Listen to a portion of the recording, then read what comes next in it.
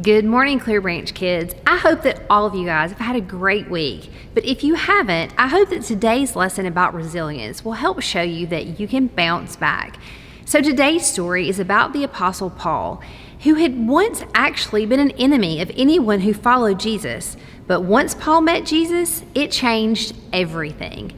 As Paul devoted his life to teaching everyone that he could about Jesus and what he had done for us, he traveled further and further from Jerusalem, and he shared the good news of Jesus everywhere he went. He even helped start new churches. Some places Paul was welcomed, but in others, sometimes Paul and his friends were even run out of town.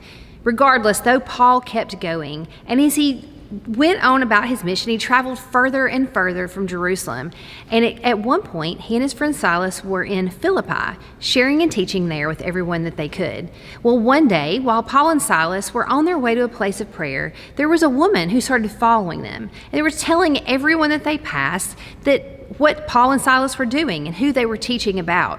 Now, what she was saying was true, but Paul knew that she was being controlled by a spirit that was not of God, and so he commanded that spirit to come out of her.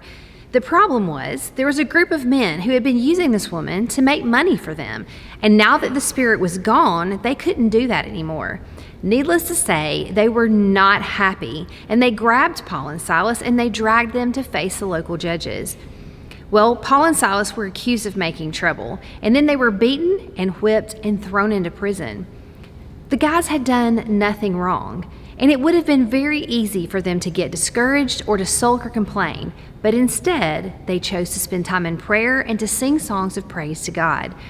Then suddenly, an earthquake shook the prison. All of the doors flew open, and everyone's chains came loose.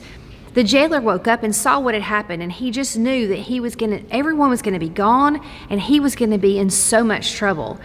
But instead, Paul shouted to him that they were all still there.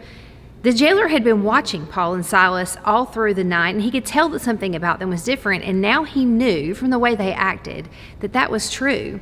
And so he was amazed by their faith, and he asked, what could he do to be saved, to have the same kind of faith that they did? So Paul and Silas told him all about Jesus. And then the jailer took them to his home where he told everyone there about Jesus, and everyone in his household was baptized. Paul and Silas were in a really tough place. I think we can all agree. But they were beaten and they were bruised. They were being held for doing nothing wrong. And again, they chose to pray and to sing songs of praise to God. With God's help, there's nothing that we can't do either.